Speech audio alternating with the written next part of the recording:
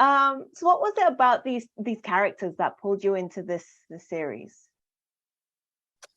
Look, Alexandra, when you get an audition that says, and David E. Kelley wrote these words, right off the bat, you're thinking, this is a good thing. This is a good thing. Works out well, you get the part. And I love these characters' relationships with each other. I love that the fulcrum was Avraham, who is this inscrutable character that we all sort of hover around and contribute to in terms of his whole process. I love that my character speaks in short sentences and wears sensible shoes. Yeah. And I love that. You know what I really loved about it is that none of this stuff was expository, that I kept peeling back the layers of all of these characters. And I'm not only talking about the main characters, I'm talking about all the people that they're getting involved with in order to solve this particular mystery. That really pulled me in, and I think it'll pull everyone else in too. Over to you, Mike.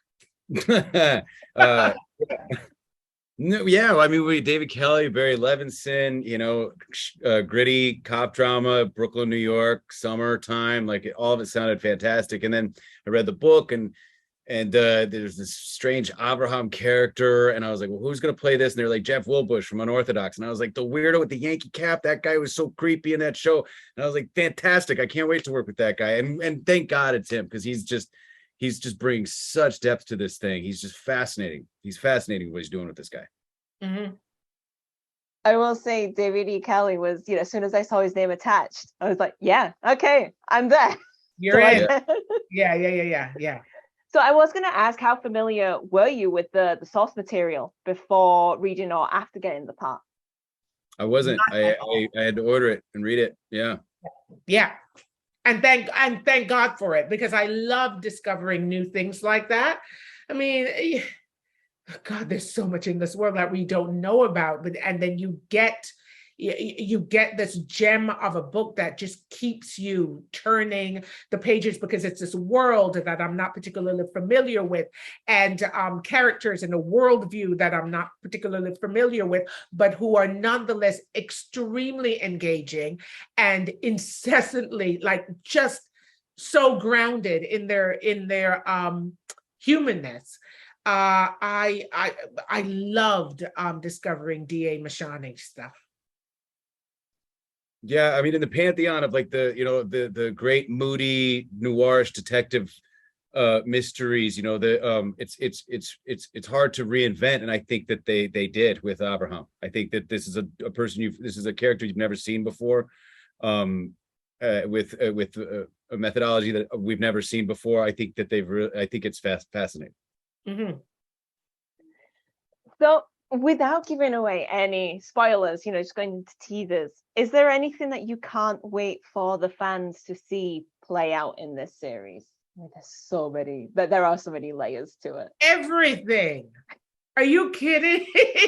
I mean, that's not particularly specific, but just about everything. Look, I'm in this, and I am watching it with bated breath, which is saying something, right? Like, I know what happens, sort of, because, it was a while ago, and sometimes you're so in the moment that once you're out of the moment, it goes somewhere else. But I am now watching it as an audience member. I think that it's just gift after gift after gift, in terms of humanity laid bare. That's its approach to the source material, or its approach to the material, I should say. That is so surprising.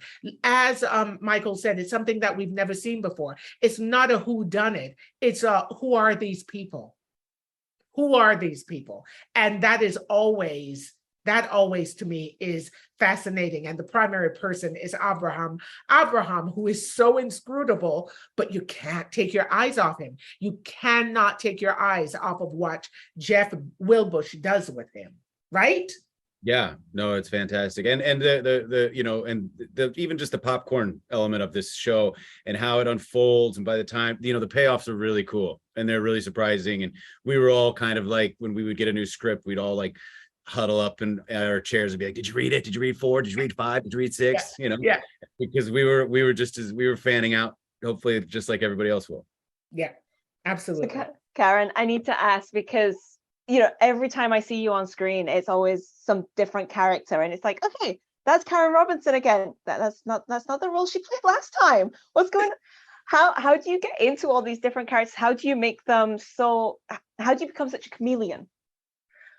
Well, I'll tell you what, I can't do it without the writing, and I've been blessed with people who people write these different characters, and I'm not doing my job as an actor properly if I don't find what is specific and subtle about all of these different characters. So I find that I just really get into the writing of it.